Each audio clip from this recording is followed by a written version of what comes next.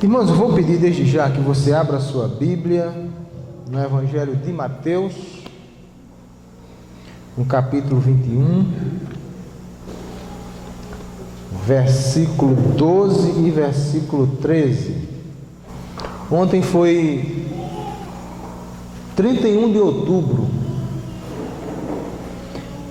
Muitas pessoas não lembram mais dessa data. 31 de outubro foi a data escolhida por Deus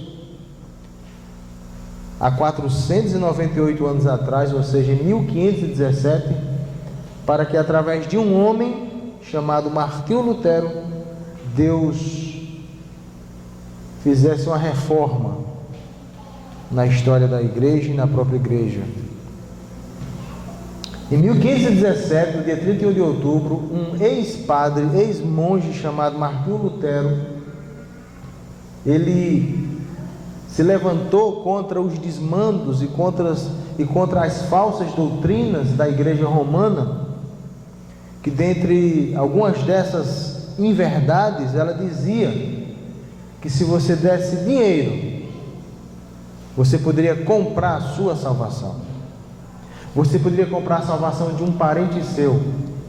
Você poderia comprar com dinheiro, de certa forma, uma certa paz após a morte. Inclusive, dependendo do que você pagasse, você poderia inclusive tirar um parente seu do inferno por toda a eternidade.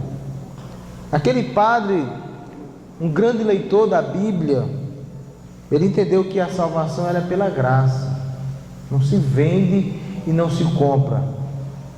Você é salvo pela fé, mediante a graça. Como diz o apóstolo Paulo, isso não vem de vós, é dom de Deus. Quando Martinho Lutero ele pregou essas coisas, evidentemente ele foi combatido, ele foi perseguido, ele foi acuado, ameaçado de morte, procurado pela justiça, e qualquer pessoa que o encontrasse poderia matá-lo. Mas Deus, na sua providência, não permitiu com que ele fosse morto em nenhum momento. Na verdade, Martinho Lutero morreu de velho. Morreu aos 63 anos de idade, na sua casa, na sua cama, nos braços da sua querida esposa, porque ele casou aos 42 anos com uma ex-madre também, teve 6 filhos com essa moça, e morreu feliz. De certa forma morreu velho, porque 63 anos para a idade média era uma pessoa velha. Mas algumas pessoas que tentaram fazer o que Martinho Lutero fez, morreram queimadas, morreram enforcadas. Mas até hoje, as pessoas perguntam por que aquele homem fez isso. Por que aquele homem se levanta para falar essas verdades? Porque o que foi que levou ele a fazer essas coisas? Se não fosse Martinho Lutero, se não fosse Deus através dele, não existia nenhuma igreja evangélica hoje. Aliás, nós não poderíamos mencionar como estaria o mundo hoje. Nós não podemos entender como estaríamos todos nós se a igreja romana ainda estivesse até hoje, não é? Como sendo a igreja principal do mundo. Imagine vocês, uma igreja que distanciava o povo da Bíblia, uma igreja onde as missas eram feitas, o padre de costa para as pessoas, onde a missa era feita em latim, numa época que o povo nem sabia ler a sua própria língua. Imagine o próprio latim. Imagine se hoje ainda reinasse essa igreja. Então Deus levantou, pela sua bondade, levantou aquele homem e abençoou sobremaneira a vida daquele homem. Mas o Jerônimo de Savonarola, 19 anos antes de Martinho Lutero, ele disse as mesmas coisas. Disse: olha, a salvação é pela fé, é mediante a graça. Se levantaram e disseram: você está errado, e enforcaram ele, queimaram ele depois na praça pública da cidade de Veneza, na Itália. Mesma coisa fizeram 100 anos antes de Martinho Lutero com um homem chamado Johannes Hus. Hus disse as mesmas coisas que Martinho Lutero disse. Disse: olha, a Escritura é a verdade. Somente Deus, somente a fé, somente Cristo, somente a glória para Deus. mataram o rapaz também. Mas por que Martinho Lutero fez isso? É que muita gente pergunta. Os católicos dizem, historiadores católicos dizem, ele fez isso porque ele queria, na verdade, se casar, não podia casar. Os historiadores políticos vão dizer, não, ele fez isso porque ele era um nacionalista e estavam surgindo as grandes nações, e a Igreja Católica pregava uma igreja universal e o povo não gostava disso. Outras pessoas vão dizer, os historiadores marxistas vão dizer, não, ele fez isso porque a Alemanha estava sendo explorada economicamente demais. O grande pensador Voltaire vai dizer, não, ele fez isso, na verdade, porque ele brigou, era uma briga de monges. Cada pessoa dizia uma coisa, mas na verdade, porque Martinho Lutero fez isso, é que a gente vai descobrir, através da leitura da sua palavra. Mateus 21, versículo 12 e versículo 13. Veja na sua Bíblia. Tendo Jesus entrado no templo, expulsou todos os que ali vendiam e compravam. Também derrubou as mesas dos cambistas e as cadeiras dos que vendiam pombas. E disse-lhes, está escrito, a minha casa será chamada casa de oração, vós, porém, a transformais em covil de salteadores. Meus irmãos, imagine você, essa cena. Jesus, ele tinha entrado em Jerusalém, na verdade aladeado por multidões, conclamado por todas as pessoas, adorado por muitos que queriam fazê-lo rei. Jesus entra em Jerusalém, aquele monte de gente, milhares de pessoas. E quando Jesus entra em Jerusalém, ele vai se dirigir para o templo, que era a casa de Deus. E quando ele entra no templo, quando ele chega no portão dos muros do templo, e ele entra, ele se depara com a cena que, sabe, o constrangeu. Quando Jesus entra nos muros de Jerusalém, nos muros, digo, do templo de Jerusalém, Jesus vê um monte de bois, Jesus vê um monte de carneiros, vê um monte de gaiolas, uma em cima da outra, cheio de pombos, e um monte de gente, um frenesi, um anda, um vai, um vem, um corre-corre, uma fedentina, umas pessoas sentadas, trocando dinheiro estrangeiro pelo dinheiro local. E quando Jesus olha aquilo ali, Jesus se pergunta, ele percebe que o local onde aquelas pessoas estão é um local sagrado, é o templo de Deus. Jesus coloca todo mundo para correr dali. Ele expulsa todas as pessoas, ele não deixa ninguém acular. E ele diz por que ele está fazendo aquilo. Porque para Jesus, a igreja, o templo, era desde o portão. Não era só o salão do culto, das ofertas, não era só a sala do sacrifício, não era só o santo dos santos, onde só quem podia entrar era o sumo sacerdote, não. Jesus nem chegou a entrar propriamente no templo, na nave do templo, só no portão. Quando ele entrou, ele disse, já está tudo errado aqui. A casa de meu pai, a casa que Deus criou, não é para ser usada dessa maneira. Então Jesus expulsou todo mundo. Mateus, Marcos e Lucas, os três evangelistas, vão contar essa mesma história. Só que o evangelista João, no capítulo 2, a partir do versículo 13, ele vai dizer essa mesma história, só de uma maneira muito diferente. E aí, os estudiosos acham que Jesus purificou o templo duas vezes. A primeira vez, Jesus purificou o templo lá em João, no início do seu ministério. Aqui, Jesus já está se aproximando da sua crucificação. São os últimos dias de Jesus. Então algumas pessoas acham que ele purificou o templo quando ele começou a pregar o evangelho, e outras pessoas acham que ele também purificou o templo já no final do seu ministério, quando ele já estava entrando em Jerusalém. Daqui por diante, a partir dessa entrada em Jerusalém, a partir da purificação desse templo, Jesus está caminhando para a morte. Aqui ele viverá os seus últimos dias. Depois ele vai para o Getsemane, depois ele vai ser traído, depois ele vai ser entregue e por fim ele vai ser crucificado. Então dessa última feita, Jesus purifica o templo pela segunda vez. Imagine, eu fico pensando fazendo a imagem na minha memória, a cena de Jesus entrando naquele templo e vendo aquela feira de animais.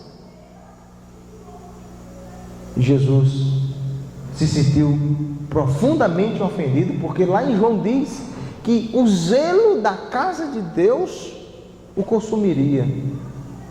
Meus irmãos, essa atitude de Cristo, essa ação de Jesus diante dessa cena, ela nos ensina algumas coisas que a gente precisa pensar hoje, pensar no nosso tempo hoje.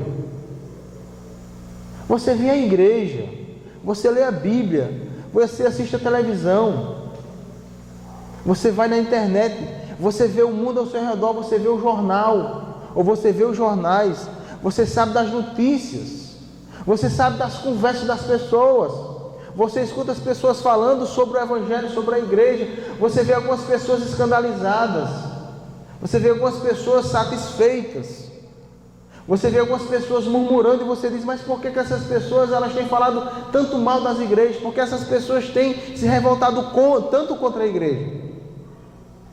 Eu imagino que na época de Jesus também não era diferente.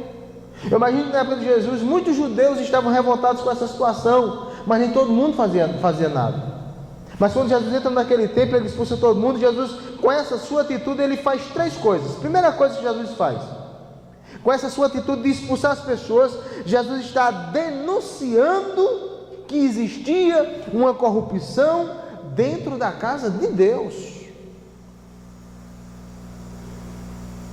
Jesus estava denunciando, dizendo, olha, isso está errado. Jesus denuncia uma corrupção dentro da igreja do seu tempo. E por que ele diz isso? Porque Jesus entendia que dentro da igreja não era lugar para vender nem para comprar nada. Jesus entendia que para se comprar alguma coisa, para se vender alguma coisa, fosse um animal que seria sacrificado pelo meu pecado, mesmo que fosse um ato religioso, Jesus dizia, não, tem que ser vendido fora do templo, tem que ser vendido por trás dos muros, e isso está errado, ele dizia. Jesus denuncia também não apenas que o comércio estava sendo feito no lugar errado, mas ele denuncia também dizendo que isso é uma exploração da fé das pessoas. Porque nós sabemos que no Velho Testamento, na época do próprio Cristo, o culto judeu era um culto que exigia que animais fossem mortos, que animais fossem sacrificados, que sangue de animais fossem derramados para a purificação dos pecados das pessoas. Uma vez no ano o sumo sacerdote entrava no Santo dos Santos e expiava o pecado da nação. Isso era feito através de animais. Até aí tudo bem.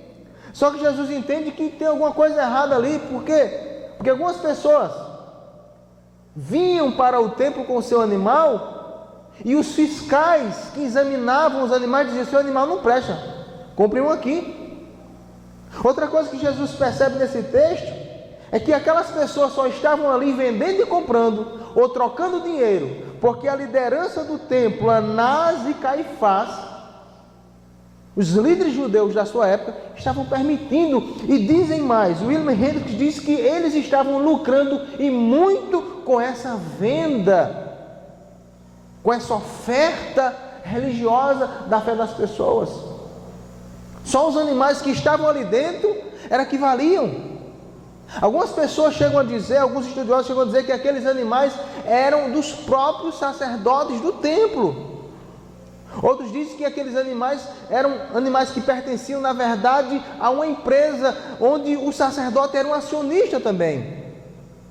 Então, quando a pessoa entrava no templo, vinha de longe, de outro país, e entrava no templo, vinha de tão longe, ele entrava no templo, ele queria adorar, ele queria sacrificar. E quando ele chegava ali, ele comprava o animal pelo preço que eles vendessem. Fosse caro, ele tinha que comprar, que ele não ia dar a sua viagem perdida. E Jesus via nisso que isso estava na verdade errado. Estavam comercializando no lugar errado, estavam explorando a fé daquelas pessoas, daqueles judeus. Mas o que é mais interessante quando você percebe isso, Por que Jesus faz isso? Por que Jesus denuncia essa corrupção? É porque aparentemente as pessoas imaginavam que tudo ali era feito com bom coração. Imagine você como eles eram bons, aqueles comerciantes. Você vinha de um país de longe, você nem precisava trazer seu animal. Aquelas pessoas estavam ali para te servir. Olha que coisa bonita, estavam ali para te servir, já com o animal bonitinho, sem defeito. Você vinha de longe, só era pegar, comprar e sacrificar. Que coisa maravilhosa, não é? Não tem nada de maravilhoso nisso. Estavam vendendo no lugar errado, estavam vendendo por preços caros, estavam vendendo, na verdade, compactuando com o sacerdote para dividir o lucro mais tarde. O William Hendrick diz que um casal de pombo era vendido por mais ou menos R$15, quando deveria ser vendido por R$3. A exploração era muito grande. Meus irmãos, Jesus denunciava a corrupção a corrupção da casa de Deus na sua época. Jesus não admitia que a casa de Deus fosse usada para esse tipo de comércio. E Jesus fazia isso principalmente, como ele mesmo diz aqui na palavra de Mateus, ele fazia isso dizendo porque a casa de Deus não era para aquele tipo de coisa. Quando a gente olha na televisão, quando a gente vê uma pessoa criticando a igreja A ou a igreja B, não interessa, o que é que as pessoas dizem? Tem alguma coisa em nossos dias que se assemelha a isso que Jesus está dizendo aqui? Tem gente que vai numa igreja, estão vendendo uma coisa, estão vendendo outra. Uma vez eu vi um vídeo em que a pessoa comprava um potinho de óleo, outros compravam um saco de sal, vendendo dentro da igreja, comércio dentro da igreja, todo tipo de coisa que se vendia. No nosso tempo, hoje também está existindo essas coisas. Muitas pessoas também têm feito do mesmo jeito. Só que ninguém denuncia. Só que as pessoas permanecem no erro porque não tem ninguém que tenha coragem para denunciar. Segunda coisa que Jesus faz com essa sua atitude, além de denunciar a corrupção na igreja, na casa de Deus, Jesus está corrigindo o desprezo que estava havendo pela palavra de Deus. Quando Jesus expulsa as pessoas, ele diz: olha, sabe por que eu estou colocando vocês para fora? Sabe por que eu estou acabando com esse comércio? Sabe por que eu estou expulsando todo mundo? É porque vocês estão fazendo da casa de Deus uma coisa errada. Está escrito que a casa de Deus será chamada casa de oração. E Jesus então corrige o que aquelas pessoas estão fazendo. A casa de Deus será chamada casa de oração, e vocês estão fazendo aqui a casa de Deus uma casa de comércio. O interessante é você observar que Jesus não toma nenhuma atitude. Jesus não faz nada senão fundamentado pelo signo do que diz a Escritura Sagrada. Está escrito. E quando Jesus diz está escrito, Jesus está se referindo a dois textos. Um de Isaías capítulo 56, versículo 7. E o outro de Jeremias capítulo 7, versículo 11, que todos dois tratam justamente da igreja, do templo, e da finalidade das pessoas irem até a igreja. Se eu lhe perguntar por que você vê a igreja hoje, o que é que você vai me dizer? Ah, pastor, eu vim para a igreja hoje porque eu vim com meu coração cheio de gratidão, e eu quero agradecer a Deus, ou por minha vida, ou por minha família. Outra coisa que eu vim para cá para cantar, outra coisa que eu vim para cá para aprender a palavra. A gente deve ir à igreja para essas coisas. Mas haverá de você encontrar alguma pessoa que diz: olha, eu fui à igreja hoje porque eu tenho um desejo muito grande de adquirir um carro, uma casa, uma propriedade, eu estou indo para a igreja justamente para isso. Não, não é para isso, está errado. A casa de Deus, está escrito de Jesus. Jeremias capítulo 7, versículo 11, é um texto que diz justamente da denúncia que Jeremias estava fazendo, também do mau uso da casa de Deus naquela época. Jeremias diz no capítulo 7, versículo 11, que algumas pessoas faziam coisas erradas por fora da igreja, às vezes até assassinavam pessoas, às vezes roubavam, às vezes defraudavam, e eles corriam para a igreja.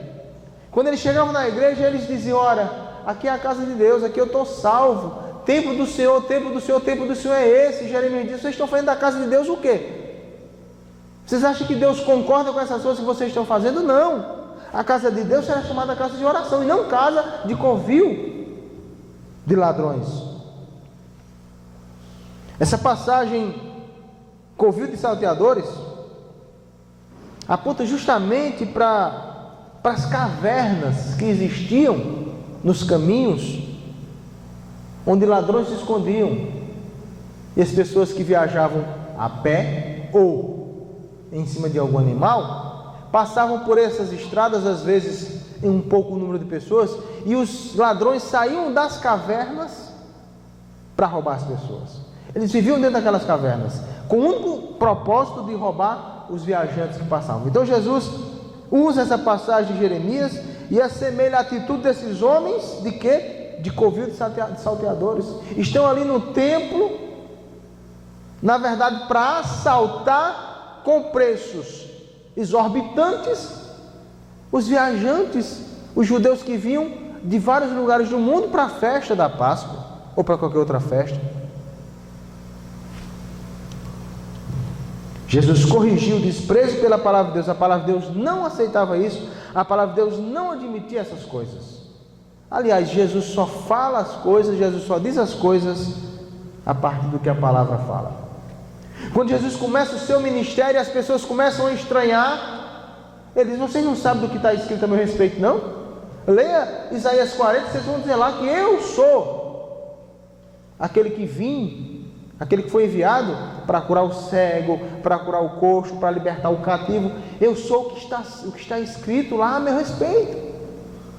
Jesus não fazia nada senão através de firmar a sua fala a partir do que estava escrito na palavra de Deus. O que Jesus quer dizer então com essa palavra: disse-lhes, está escrito, a minha casa será chamada casa de oração. Jesus está querendo mostrar para a gente que o desprezo pela sua palavra é que faz com que as pessoas elas errem o seu caminho.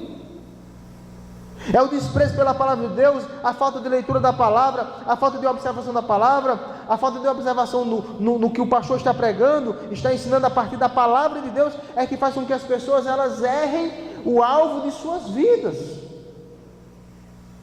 Ah, o homem tem 3 mulheres, a Bíblia diz que só é para ter um. Se ele observasse a Bíblia, ele tem acertado. A Bíblia diz: ela o seu corpo, cuide do seu corpo, porque ele é templo do Espírito Santo. Então o camarada bebe, se droga, se prostitui, ele está fazendo o que não é para fazer, porque ele não lê a palavra. Ou seja, qualquer pessoa que despreze a Bíblia, ela vai ser prejudicada na sua vida. Ou seja, vai fazer o que está errado. Mas se ela observar a palavra de Deus, se ela observar o que está escrito, essa pessoa ela vai acertar na sua vida, vai ser bem-aventurado naquilo que ela quer fazer.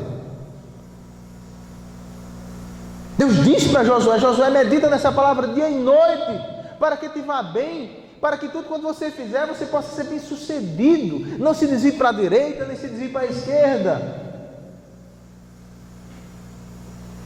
O salmista no capítulo 1 vai dizer: bem-aventurado o homem que não se detém no caminho dos ímpios, não se assenta na roda dos escarnecedores. Antes o seu prazer está na lei do Senhor, e nela medita dia e noite. Meus irmãos, a Bíblia, ela é para ser lida, a Bíblia é para ser entendida, a Bíblia é para ser pregada, e uma vez pregada, uma vez ouvida, entendida e praticada, a pessoa é uma pessoa abençoada. Se a pessoa ler a Bíblia, ela vai entender o propósito de Deus para a sua vida. Ah, eu quero ser rico, eu quero ser rico. Ah, eu quero ser pobre. Lê a Bíblia e você vai saber se você vai ser uma coisa ou você vai ser outra. Provérbios 22, versículo 2 vai dizer: olha, Deus faz o rico e o pobre. Então se eu vou ser rico ou vou ser pobre, Deus sabe. A Bíblia Salmo 119, versículo 105, todo mundo sabe de cor. Como é que diz? Lâmpada é a tua palavra para os meus pés e luz para os meus caminhos. Lê a Bíblia e você vai acertar. Deixe de ler e você vai errar. Essas pessoas, judeus, Anás, sumo sacerdote, Caifás, sumo sacerdote, todos esses homens aqui que estavam dentro do templo, do pátio chamado Pátio dos Gentios, todos esses homens que vendiam animais, grandes ou pequenos, ou trocavam moedas, todos eles certamente sabiam de que não era para fazer aquilo, mas sabe o que acontecia? Eles não estavam mais dando ouvido a essa palavra, eles não estavam mais dando ouvido ao que estava escrito nessa palavra. Mesma coisa sou eu e você. O que é que está escrito na Bíblia? Se você ler, se você praticar, você não vai errar. Mas Jesus, com essa sua atitude, Jesus, além de denunciar a corrupção na casa de Deus, além de corrigir o desprezo pela palavra de Deus, Jesus também faz mais uma coisa. Eu fico maravilhado com essa passagem, com essa atitude de Jesus, pelos ensinamentos que tem nisso. Quando Jesus faz todas essas coisas, em último lugar, Jesus vai, além dele corrigir, dele denunciar a corrupção, dele corrigir o desprezo pela palavra, ele ainda mostra o caminho através do qual essas pessoas podem andar. Jesus dá a eles a oportunidade deles mudarem de vida, deles mudarem suas práticas. Ele expulsou eles, então que eles não voltem mais, porque está escrito que eles devem fazer diferente. Ele diz: olha, a minha casa será chamada casa de oração. Eu estou expulsando vocês daqui, porque vocês não estão fazendo da casa de Deus como é para ser feito. Então agora faça diferente. Venha para cá para orar, venha para cá para ter comunhão, venha para cá para ouvir a mensagem, o ensinamento do sacerdote, venha para cá até mesmo para sacrificar se quiser, venha para cá para você refletir, para você crescer. Mas não venha para cá para vender, para comprar ou para trocar, porque a casa não é para isso. Jesus, ele denuncia, Jesus, ele corrige o desprezo pela Bíblia, mas ele diz como é a maneira certa de fazer. Porque eles podiam perguntar: tá, tudo bem, a gente não pode vender aqui, a gente não pode comprar aqui, a gente não pode trocar aqui, e o que é que a gente pode fazer aqui? Ele vai dizer: vocês podem fazer aqui, vocês podem orar. A casa de meu pai é para isso. Vocês lembram quando Salomão terminou o templo? Lá em 2 Crônicas, capítulo 7, a partir do versículo 14, todo mundo sabe de qual, até existe até uma música sobre isso. Ele diz: olha, essa casa vai ser para a seguinte coisa: quando eu cerrar os céus e não mandar mais chuva, quando vierem os gafanhotos comerem a plantação, quando os animais começarem a morrer, se o meu povo, que se chama pelo meu nome, orar e me buscar, e se converter do seu mau caminho, eu ouvirei dos céus, perdoarei os seus pecados, sararei a sua terra, e os meus olhos estarão continuamente voltados para essa casa. Deus está olhando para a nossa vida, Deus está olhando para a nossa igreja, Deus está olhando para a sua casa, e se nós estivermos fazendo da casa dele conforme ele quer, conforme ele ensina e deseja, a gente vai ser abençoado. Mas se a gente pegar a sua casa e fazer da sua casa o que não é para fazer, certamente as pessoas podem até achar que estão sendo abençoadas. Você pode até olhar e dizer: mas rapaz, aquela igreja é tão grande, aquelas pessoas estão ficando ricas. Não vamos pela aparência, não se engane pela aparência, porque a aparência não diz nada. A verdade, sim. O inferno certamente está cheio e repleto de pessoas que se corromperam, que desprezaram a palavra de Deus, e desprezando a palavra de Deus, desprezaram o próprio Deus. Embora tenham sido ricas, embora tenham sido famosas, embora tenham sido poderosas, mas a nossa vida ela não é na terra. A vida que Deus preparou é para a eternidade. Meus irmãos, por que você tem vindo para a igreja?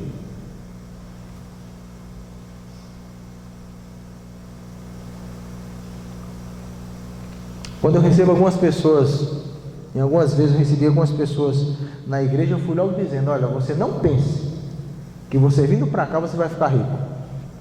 Não pense que você vindo para cá seus problemas irão se acabar. Não pense que você vindo para cá você vai resolver tudo. Não pense que você vindo para cá seu sofrimento vai deixar de existir. Não,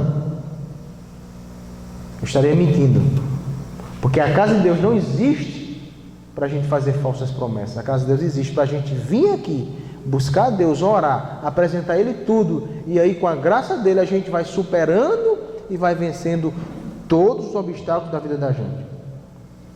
Meus irmãos,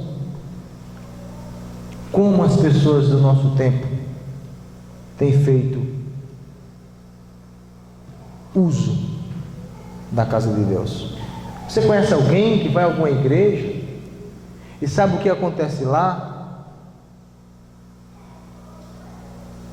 Porque a igreja hoje, o templo hoje, na verdade é muito parecido com esse templo da época de Jesus. O sacrifício que nós temos aqui é a mesa do Senhor, a mesa da comunhão, o sacrifício de Jesus, o seu corpo e o seu sangue. O sumo sacerdote aqui é Jesus. Os adoradores somos nós.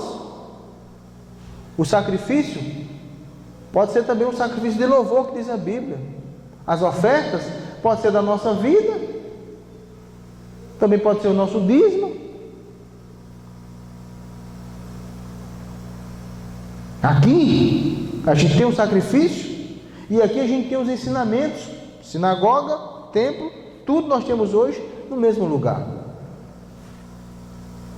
Agora eu fico imaginando quando Lutero, o monge, ex-monge agostiniano Martinho Lutero, ele leu essa passagem da Bíblia e ele olhou para a igreja do tempo dele e ele viu os camponeses passando fome e o Papa mandando seus mensageiros para aumentar os impostos na Alemanha. Imagino quando Lutero viu isso aqui, leu essa passagem e viu a igreja romana vendendo os cargos eclesiásticos. Imagino quando Lutero leu isso aqui e viu Johannes Tetzel chegando ali naquela cidade dele, onde ele estava trabalhando na Universidade de Wittenberg, naquela cidade, e ele viu aquele homem vendendo as indulgências. E o que era a indulgência? A palavra indulgência vem da palavra indulto, ou seja, a pessoa recebia o indulto lá onde ele estivesse morto, através do parente aqui que pagava por esse indulto. E o Tetzel dizia que quando a moeda caísse no fundo do cofre, a alma saia do purgatório.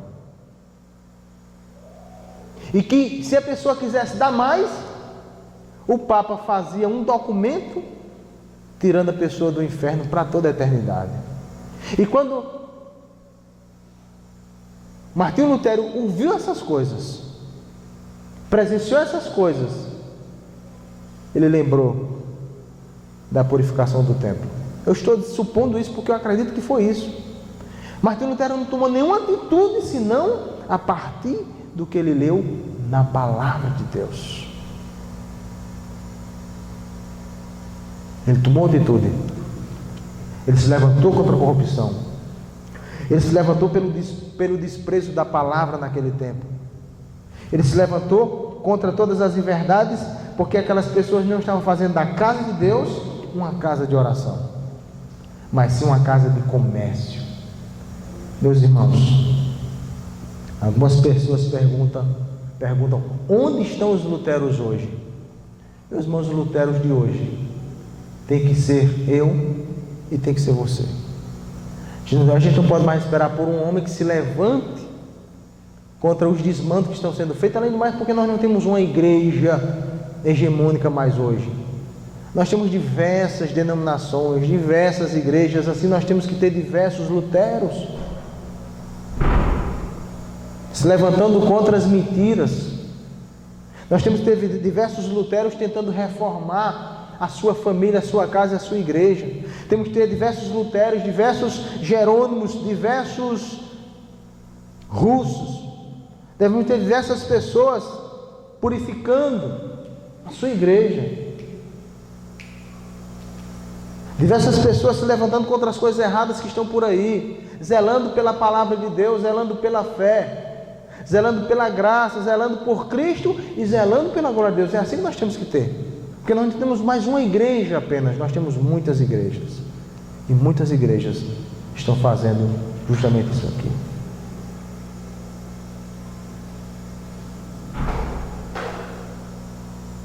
Minha última pergunta é: o que Jesus faria hoje, se Ele viesse para esse mundo, para as igrejas? Será que Ele iria purificar algum templo? Será que Ele iria expulsar alguns campistas? Será que Ele iria expulsar algumas pessoas que estão vendendo alguma coisa? Certamente Ele faria isso. Certamente Ele faria isso. Mas Ele vai fazer melhor. Ele vai vir. Não vai mexer com a igreja de ninguém. Ele vai vir e vai separar o povo dele e vai levar. E quem não é povo dele, Ele vai julgar. E aí sim, a eternidade começa.